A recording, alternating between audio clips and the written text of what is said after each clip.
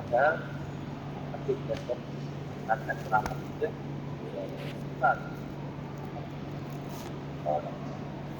I Permisi Bapak Hendri, sedikit putus-putus Bapak. ya kalau saya biasanya ini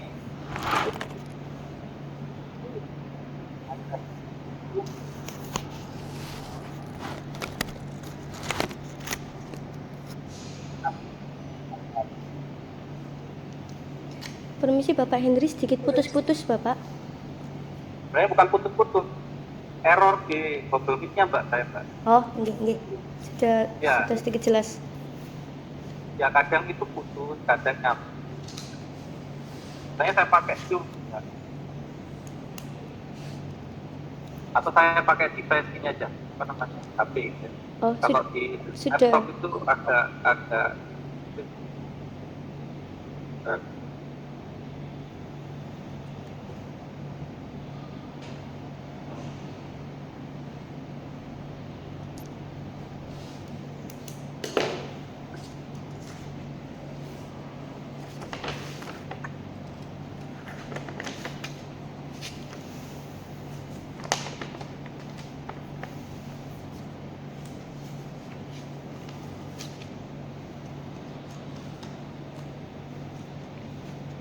sudah jelas Mbak? Sudah jelas Bapak. Ya, terkait dengan yang ditulis oleh Mbak Ayu gitu ya. Jadi di dalam latar belakang itu harus dimasukkan tadi yang dijelaskan Mbak Ayu gitu ya. Hasil observasinya, kemudian sekolah itu mendukung dalam penggunaan AI kan gitu ya. Nah, tidak hanya Mbak Ayu itu menjelaskan AI seperti ini, kemudian literasi digital seperti ini, pendidikan seperti ini kan sebenarnya memindahkan dari bab kajian pustaka ke bab 1 gitu ya, tidak fokus pada tujuan penelitian dari Mbak Ayu gitu ya. Kemudian fokus pada variabel terikatnya motivasi dan hasil belajar itu hanya menjelaskan motivasinya seperti ini gitu ya, hasil belajar seperti ini, tapi tidak dijelaskan seperti yang Mbak Ayu paparkan gitu ya. Nah, apakah Mbak Ayu itu termasuk tipe orang yang memaparkan tanpa melihat apa yang ditulis, atau yang ditulis itu dipaparkan? Nah, itu yang butuh ini ya, penjelasan dari Mbak Ayu gitu ya. Nah, di di rumusan masalah gitu ya, kenapa kok Mbak Ayu membuat rumusan pengaruh penerapan model PJPL gitu ya di sekolah gitu ya. Kalau memang pada siswa terhadap motivasi belajar siswa ya cukup itu saja gitu. Kenapa kok harus ada sekolahnya? Gimana Mbak Ayu?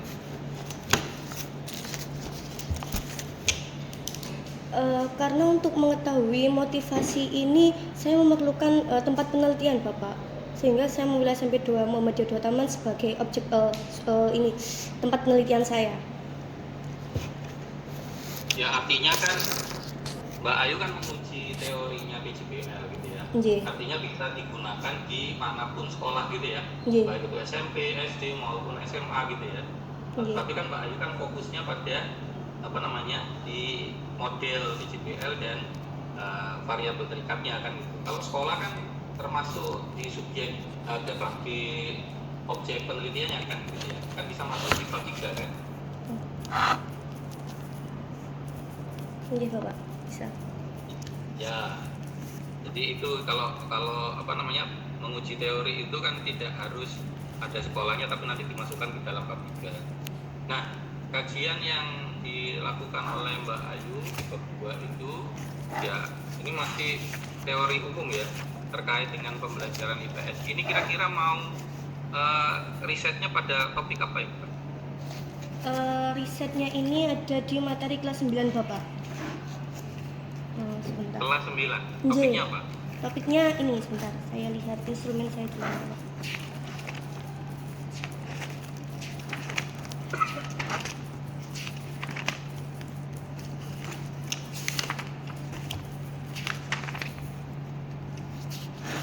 Topiknya yaitu tantangan pembangunan Indonesia Bapak.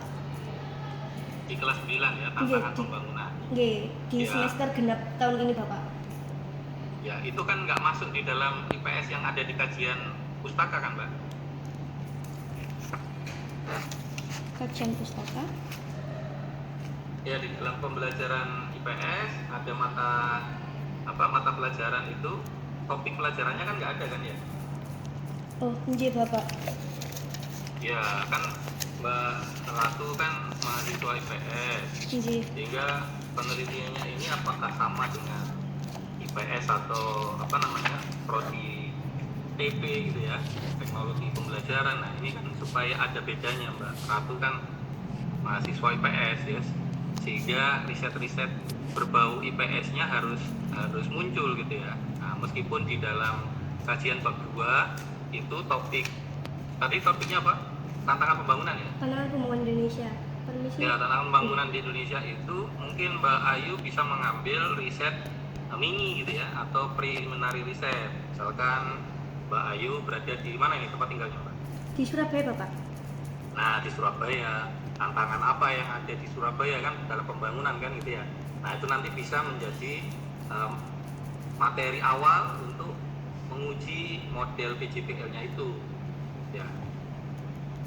Jadi Mbak Ayu bisa riset dulu terkait dengan, jadi tidak hanya menggunakan buku paket, kemudian disalin gitu ya, kemudian dibuat project, ya, kemudian siswa mengerjakan, terus diukur motivasi dan hasil belajarnya kan nggak seperti itu kan. Nah itu kan seperti mahasiswa TP kan gitu. Nah, supaya mahasiswa IPS itu ya, ada ininya riset ke IPS-nya gitu. Nah nanti Pak Bayu mungkin lebih mendalam di kajian IPS. Itu yang kedua gitu ya. Kemudian yang ketiga terkait dengan bab 3 gitu ya. Ini kan menggunakan eksperimen kuasi gitu ya. Nggih Bapak. Eksperimen kuasi. Nah, ketika datanya ini tidak homogen, apa yang dilakukan oleh Mbak Ratu?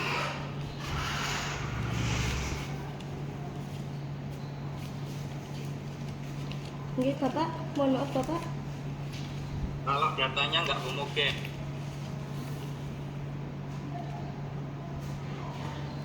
Oh, tidak signifikan ngoten nggih Pak. tidak homogen kan sebelum data itu diuji, maka data itu ada di uji normalitas, uji homogenitas kan gitu ya. Nah, ketika data itu setelah diuji homogenitasnya tidak homogen, apa yang dilakukan Mbak Ayu? Tidak seperti itu mungkin karena kemungkinannya AI belum dioptimalkan mungkin ya Bapak.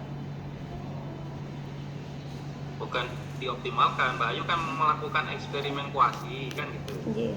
Eksperimen kuasi kan menandakan bahwa situasi yang tidak relevan itu kan Mbak Ayu tidak atur kan gitu ya.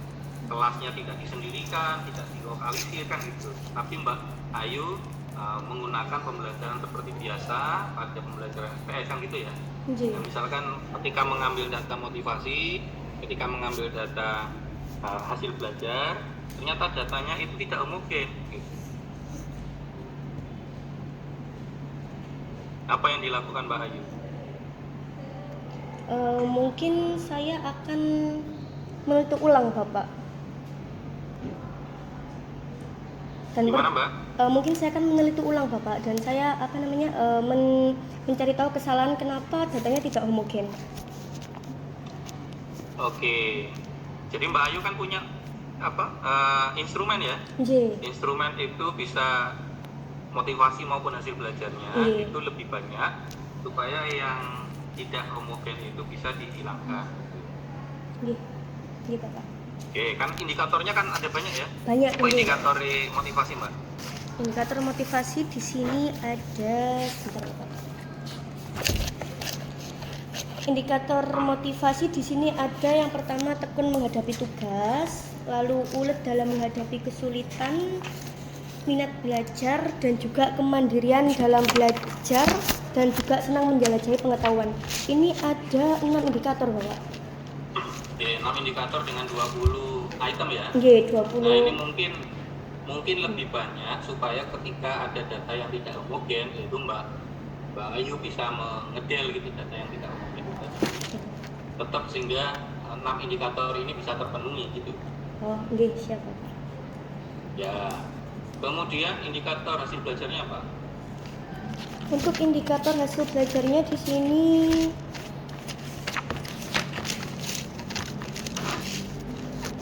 yang pertama ini peserta didik mampu menjelaskan pembangunan di Indonesia dari masa ke masa dengan benar.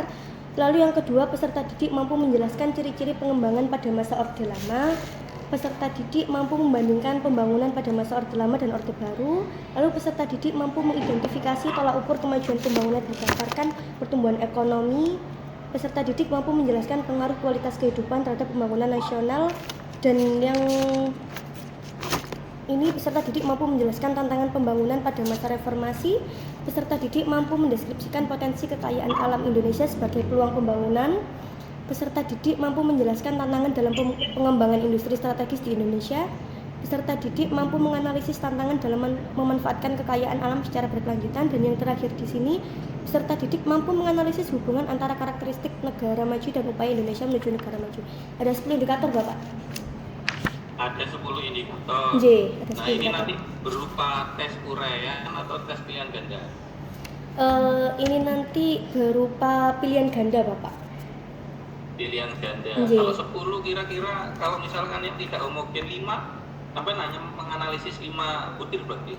Oke, nanti saya tambahkan indikator yang lainnya juga Bapak sebagai Ya, ini. jadi lebih banyak itu lebih baik supaya ketika data yang tidak homogen itu bisa Mbak Ayu hilangkan, tidak mengulangi lagi penelitiannya gitu ya. Oke, Bapak.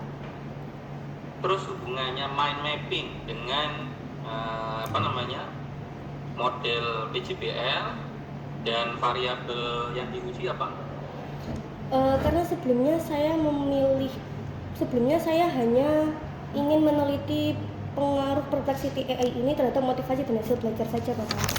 Tetapi jika tidak ditambahkan PJBL, maka untuk memotivasi siswa seharusnya tidak harus menggunakan AI juga bisa, Bapak. Seperti contohnya mungkin guru memberikan model pembelajaran yang lainnya. Maka dari itu kenapa saya memberikan project based learning ini masuk ke dalam penelitian saya, supaya AI ini memiliki sebuah produk Bapak. Jadi siswa memiliki sebuah project sendiri. Jadi projectnya adalah mind mapping. J. Nah, ketika projectnya mind mapping, kemudian yang diukur adalah hasil belajarnya tes pilihan ganda, kira-kira bisa terhubung nggak nanti? Jangan-jangan nanti hasil mind mappingnya tidak mampu menjawab tes hasil belajarnya? Insya Allah bisa, Bapak. Dan bagaimana supaya itu bisa terjadi? Karena kan topik untuk pembuatan mind mapping sama dengan pretest dan juga post-test yang diberikan nantinya, Bapak. Iya kan, mind mappingnya kan di dalam proses kan ya, proses pembelajaran menggunakan PJBL kan ya. Ya ini saran saja supaya nanti Mbak Ratu tidak kesulitan dalam mengkaitkan antara mind mapping dengan peta konsep gitu ya. Jadi mungkin ketika menyusun peta konsep itu kan siswa dapat banyak diberikan oleh guru berbagai macam soal. Nah, soal ini menjawab di konsep yang mana, soal ini menjawab di konsep yang mana gitu. Sehingga nanti Mbak Ratu melihat ketika mind mappingnya sudah bagus, ada contoh-contoh soal, sehingga ini akan terhubung dengan hasil belajarnya tadi. Ya paling nggak, kalau nggak soal ya pernyataan ya. Jadi mungkin gurunya bisa memberikan pernyataan yang mengarah pada kisi-kisi hasil belajarnya itu. Iya, Bapak. Oke, terakhir, ketika data ini sudah normalitas dan homogenitas, kemudian setelah diuji hipotesisnya, nah ini melihat tidak berpengaruh gitu ya. Nah, ini bagaimana? Apa yang dilakukan Mbak Ratu?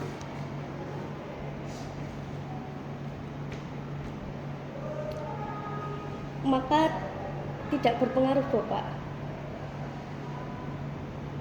Memang diharapkan sangat berpengaruh, tapi jika tidak berpengaruh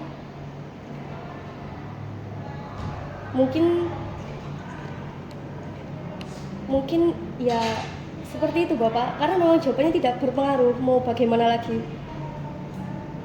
Ya, sehingga Mbak Ratu harus berintegritas ketika datanya itu tidak menunjukkan adanya pengaruh, ya yang ditulis tidak ada pengaruh berpengaruh. gitu ya. Nggih. Sehingga Mbak Ratu tidak apa istilahnya itu ya,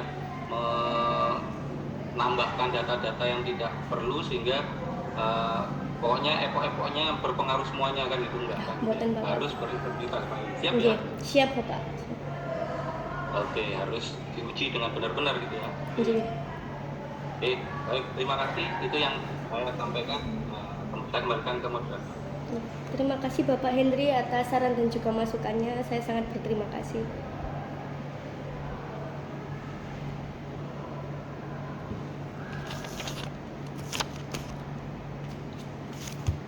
Baik, terima kasih disampaikan kepada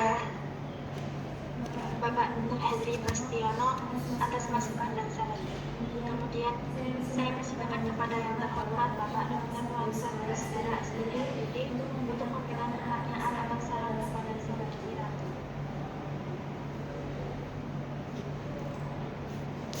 Terima kasih Dr. Mahardiniarti ya, yang saya hormati Pak Dr. Hendri Bastiono, yang saya hormati Pak Dr. Sukma Prasetya PP selaku pembimbing, dan juga yang saya banggakan Mbak Ratu Ayu Putri ya, yang alhamdulillah telah sampai di tahap ini, tahap seminar. Mbak Ratu tuh angkatan 21 kan? Nggih Bapak, saya angkatan 2021. Ya, jadi sebetulnya tidak terlalu terlambat, cuma kayak terlambat banget karena teman-temannya udah ada yang selesai. Sebetulnya enggak ya. Nggih, Dia ngapunten masih Bapak. bisa lulus 8 semester ya. Amin, Ya. amin, nggih Bapak. Yang pertama yang ingin saya konfirmasi adalah apakah SMP Muhammadiyah itu sudah mendukung untuk penggunaan AI di dalam proses pembelajaran? Nah, permisi Bapak izin menjawab. Sebelumnya saya sudah wawancara dengan beberapa guru di SMP Muhammadiyah Utama Sidoarjo, di mana beliau juga sangat mendukung Bapak, mendukung untuk penelitian saya ini. Karena itu tadi, karena fasilitas di sana juga sangat memadai, sehingga beberapa guru pun juga ingin ikut serta ke penelitian saya Bapak. Oke, jadi tidak ada masalah. Jadi, alhamdulillah. Kemudian yang pertanyaan selanjutnya masih berkaitan dengan sekolah. Kenapa SMP Muhammadiyah 2 Taman?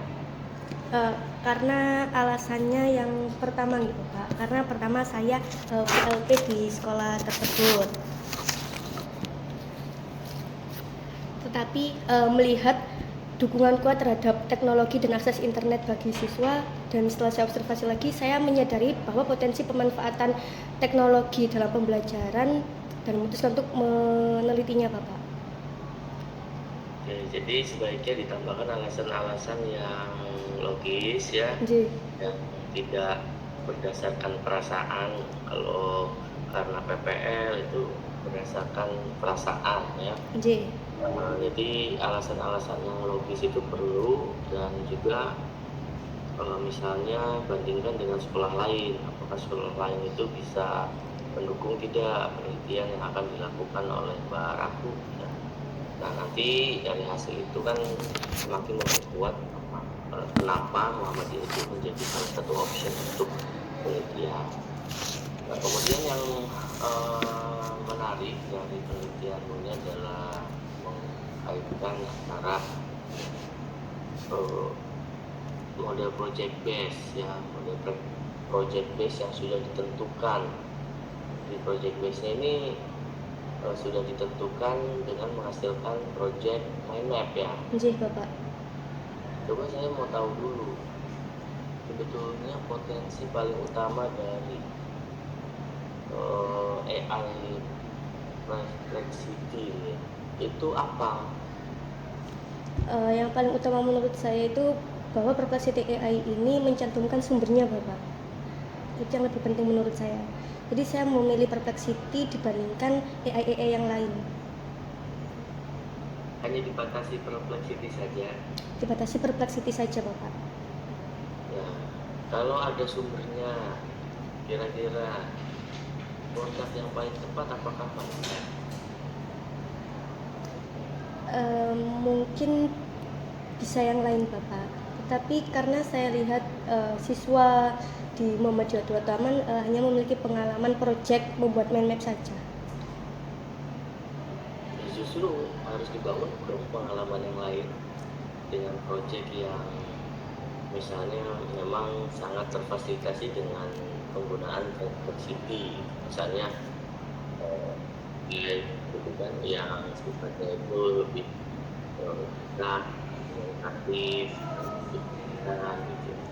Nah, saya jadi berpikir itu sebetulnya mau dimanfaatkan seperti apa sih Perplexity itu kalau produknya itu mind map. Untuk mencari poin-poinnya Bapak, poin-poin topiknya. Contohnya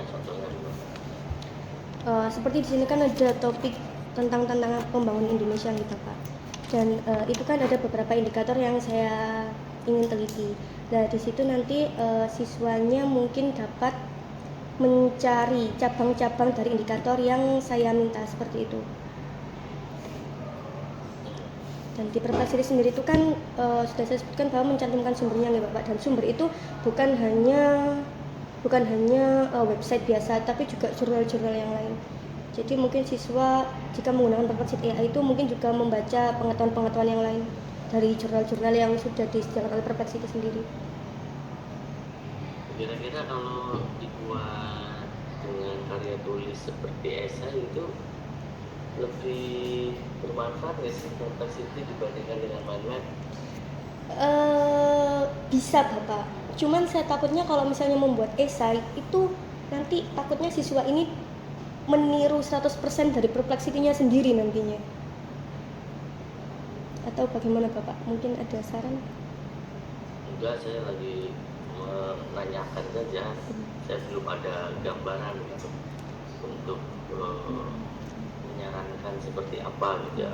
Kalau itu mind map, kalau saya ya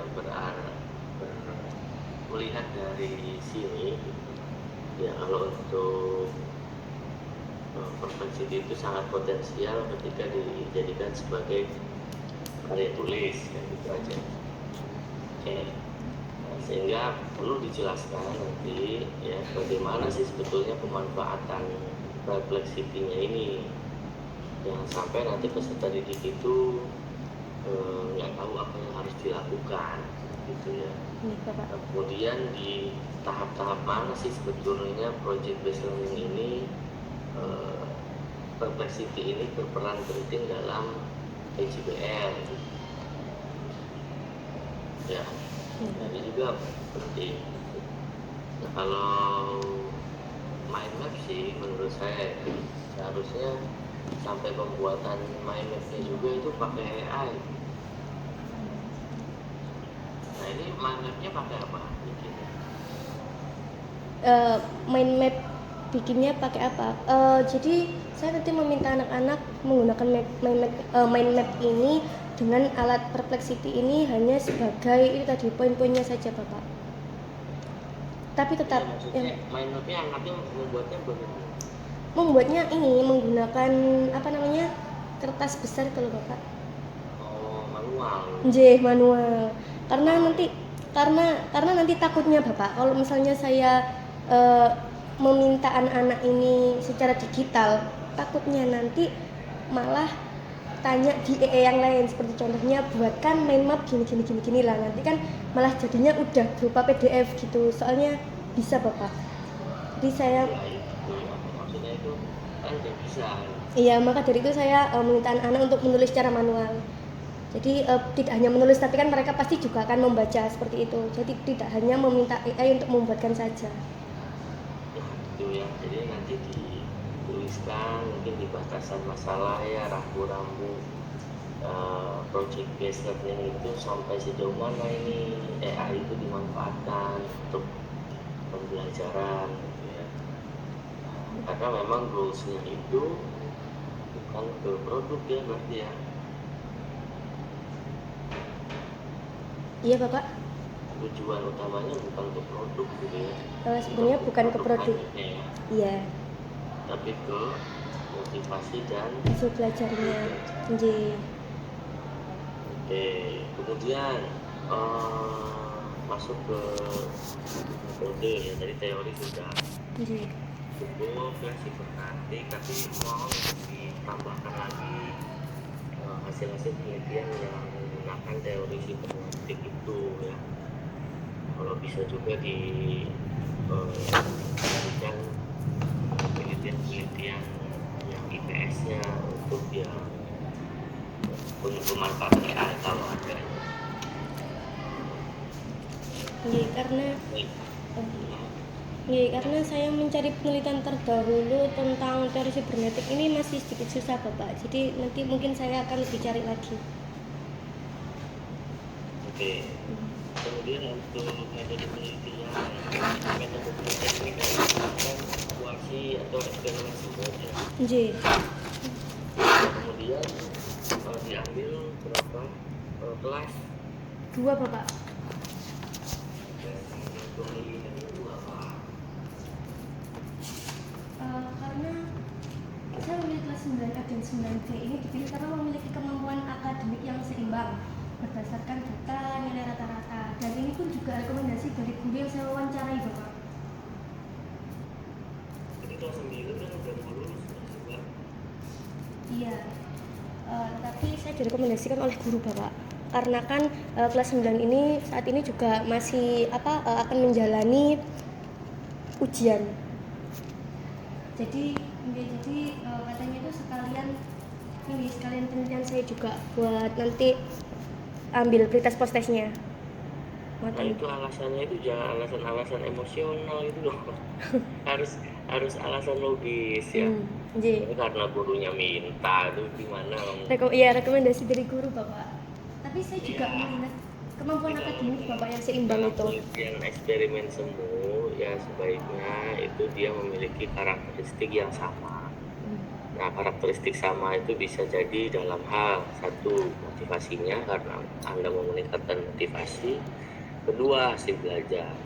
Nah, sebaiknya kalau motivasi kalau misalnya menggunakan pengamatan observatif kualitatif saja ya disampaikan ya di pemilihan sampel itu, atau misalnya sejauh mana hasil belajar itu perbedaannya itu bisa dilakukan uji statistik ya di nilai-nilai sumatif misalnya, atau di sumatif per bab lah atau sumatif tengah semester atau akhir semester itu diuji coba gitu. Jadi mana yang sekiranya itu tidak ada perbedaan gitu ya, atau rata-rata ya dilihat dari rata-ratanya yang mendekati kemudian diuji coba secara statistik itu lebih meyakinkan ya Mbak Rasbu. Sehingga alasannya itu nanti seperti itu, alasan akademik ya. Oke, kemudian bagaimana cara mengukur motivasi belajarnya? Untuk saya mengukur motivasi belajar saya menggunakan kuesioner angket Bapak. Itu angketnya diberikan pada sebelum proses dan sesudah? Iya. Dua-duanya? Pretest posttest pun juga. Iya, maksudnya saya sebelum dan sesudah treatment di kelas kontrol dan kelas eksperimen. Menggunakan angket ya. Teorinya sudah, indikatornya ya. Oke, kemudian hasil belajar tadi ada 10 indikator. Pretest posttest. apakah seluruh indikator itu hanya diwakili oleh satu pertanyaan?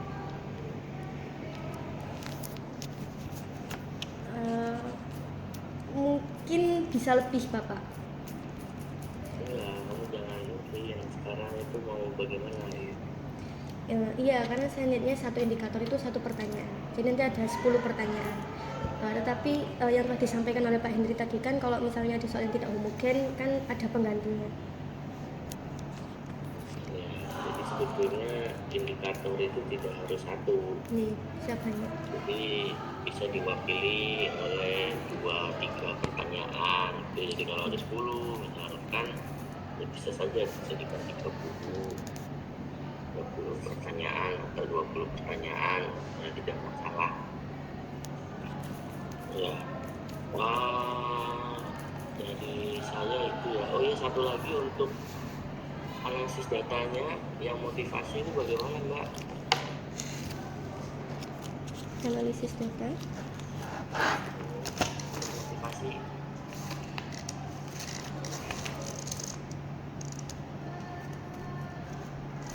Untuk analisis data ini saya menggunakan ini Pak, uji normalitas sama homogenitas. Menggunakan uji normalitas sama homogenitas Pak. itu untuk pra hipotesis.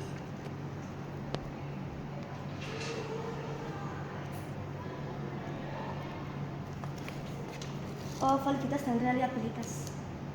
Itu untuk validitas dan reliabilitas.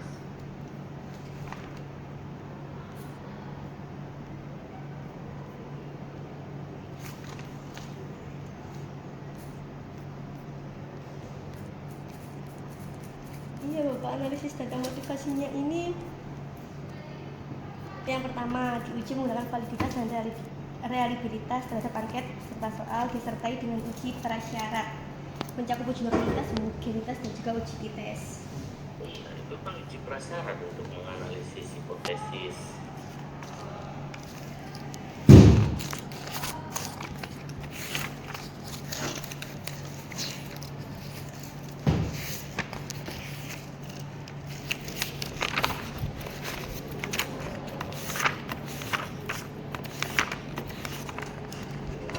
Gimana?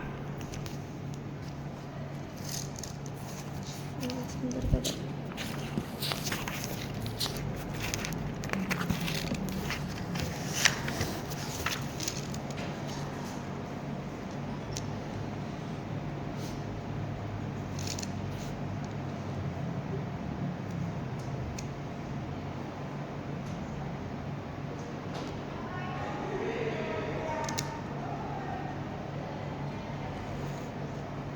Iya, Bapak di sini cuman hanya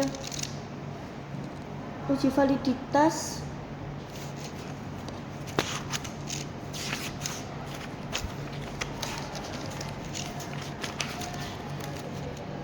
ya, di sini hanya uji validitas, reliabilitas sama taraf kesukaran instrumen aja. Taraf kesukaran instrumen, taraf kesukaran uji soal. Iya. Emang motivasi itu sebenarnya ada tingkat kesulitan. Ya, mungkin ada sedikit pengaruh Bapak. Jangan begitu, harus jelas itu dibedakan.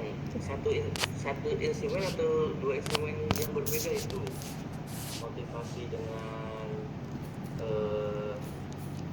hasil belajarnya. Satu Bapak. Satu. Oh, soalnya, kalau soalnya dua, berbeda. Soal atau angket? Angket sama pretest-postes itu berbeda Bapak. Kenapa kamu satu Iya, gitu? berbeda Bapak. Penjelasannya. Ya, berbeda. Angket sama pretest-postes pastinya berbeda. Ya, kemudian teknik analisis datanya berbeda atau sama untuk kedua variabel itu? Coba saya tanya dulu, kalau motivasi instrumen penelitiannya apa namanya? Angket, kuesioner, Kalau hasil belajar? pretest dan postes. Nah, bagaimana cara untuk validitas dan reliabilitasnya? Apa saja yang dilakukan untuk soal dan apa saja yang dilakukan untuk motivasi.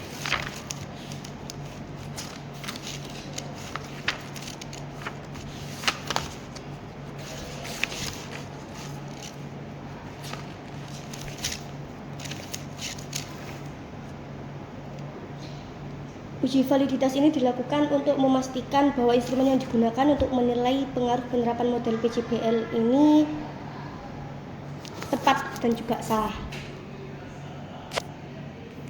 Kalau reliabilitasnya ini untuk memastikan bahwa hasil penelitian dapat dipercaya secara statistik. Hasil penelitian atau instrumen penelitian?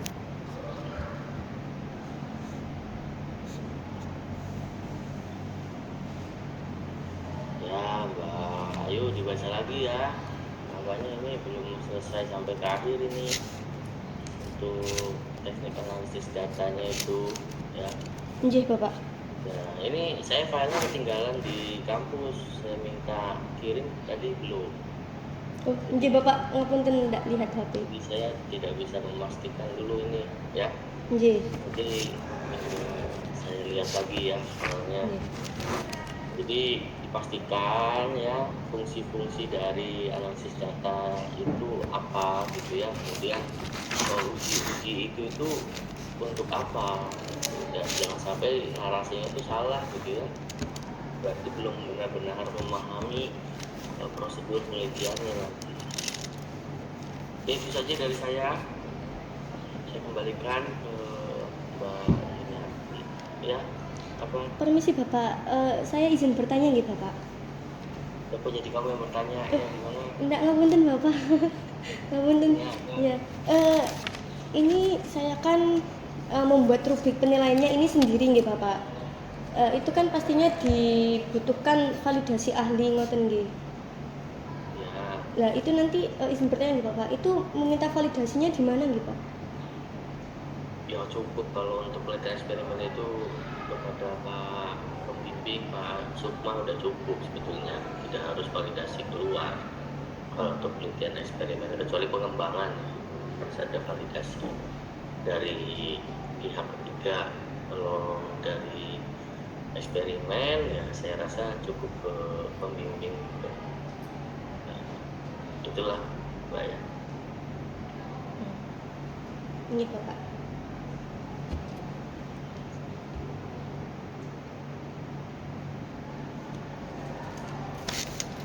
Baik, terima kasih. Disampaikan kepada Bapak Dr. Noelsa Bayu Saudara atas masukan dan sarannya. Selanjutnya, saya persilakan kepada yang terhormat Bapak Dr. Sukma Perdana Prasetya, SPDMT, selaku dosen pembimbing untuk memberikan saran dan masukan kepada saudari Ratu. Baik, terima kasih. Assalamualaikum warahmatullahi wabarakatuh. Waalaikumsalam warahmatullahi wabarakatuh Pak Sukma. Terima kasih Pak Bayu sama Pak Indri yang telah memberikan masukan. Jadi saya rekan dicatat ya, Pak Ratu, saya setuju ya tadi dengan apa yang disampaikan, hanya memperkuat saja. Jadi kalau tadi terkait dengan homogenitas ya, homogenitas yang pertama, homogenitas itu ada dua, Nggih.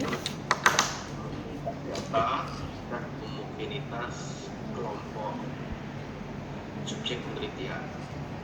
Kalau homogenitas data itu tadi, kalau bagaimana kalau data itu tidak mungkin, maka yang dilakukan peneliti harus tidak bisa melakukan uji statistik parametrik, harus tidak bisa uji t-test ya, parametrik itu t-test salah satunya, tapi harus melakukan uji non parametrik.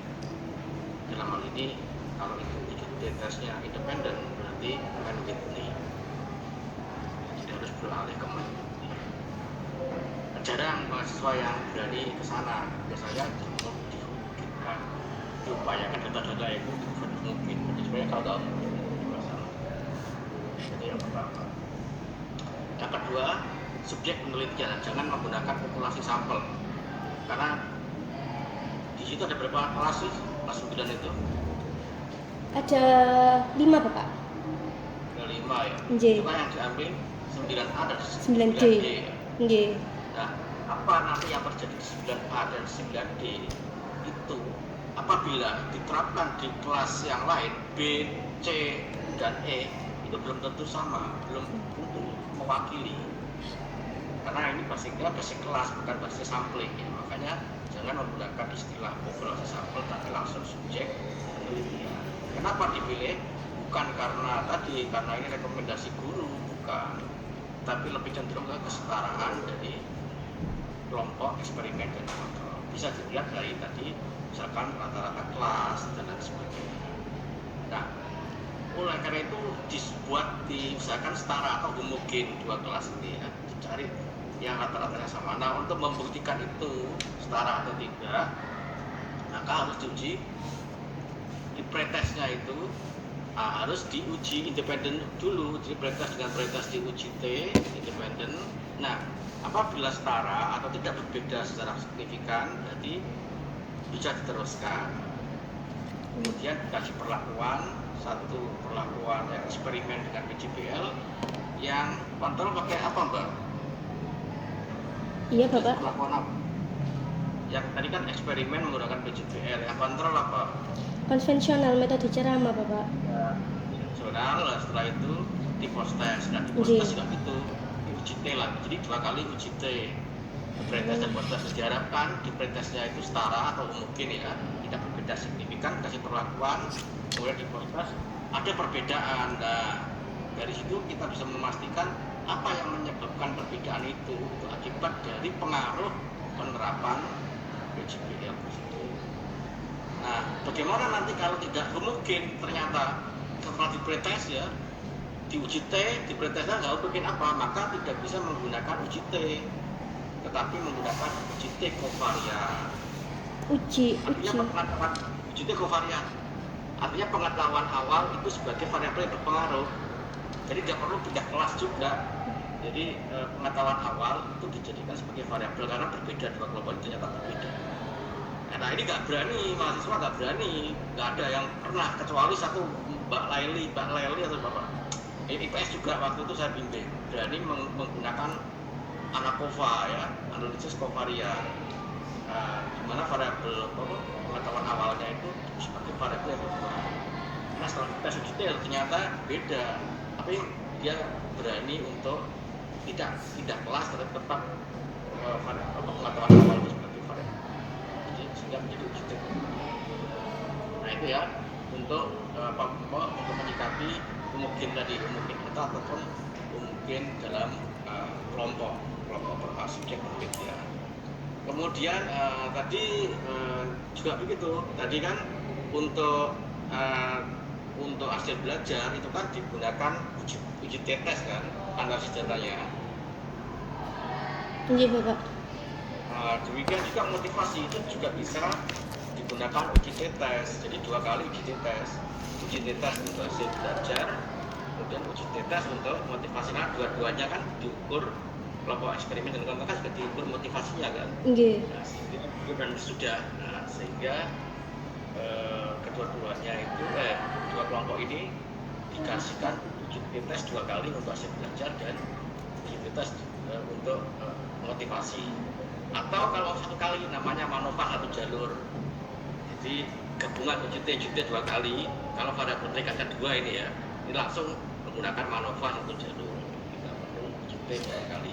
Terserah kamu nanti menggunakan uji T 2 kali untuk motivasi dan untuk hasil belajar, atau 1 kali aja menggunakan manova satu jalur juga bisa. Nah, saya kira itu nanti perlu dipelajari lagi masalah metode penelitian. Baik, saya kira itu dari saya. Terima kasih Pak Bayu, Pak Hendri atas masukan. Saya kembalikan ke moderator.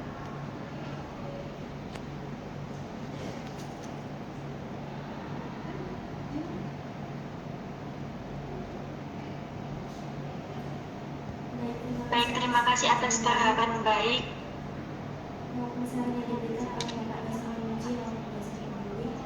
Semoga tanggapan maupun saran yang disampaikan dapat membantu agar penelitian yang dilakukan dapat berjalan lancar hingga sekarang. Mari kita berikan apresiasi untuk saudari Ratu.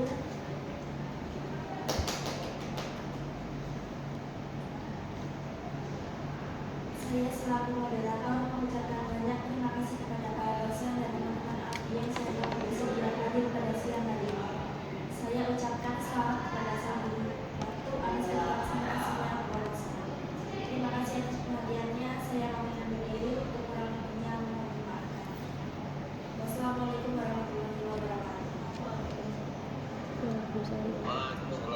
Waalaikumsalam. Permisi, permisi Bapak. Pada puasa, mohon izin. Nggih. Bisa nih, Pak. Nggih, terima kasih Bapak dosen penguji. Terima kasih Bapak Hendri atas masukannya nih Bapak.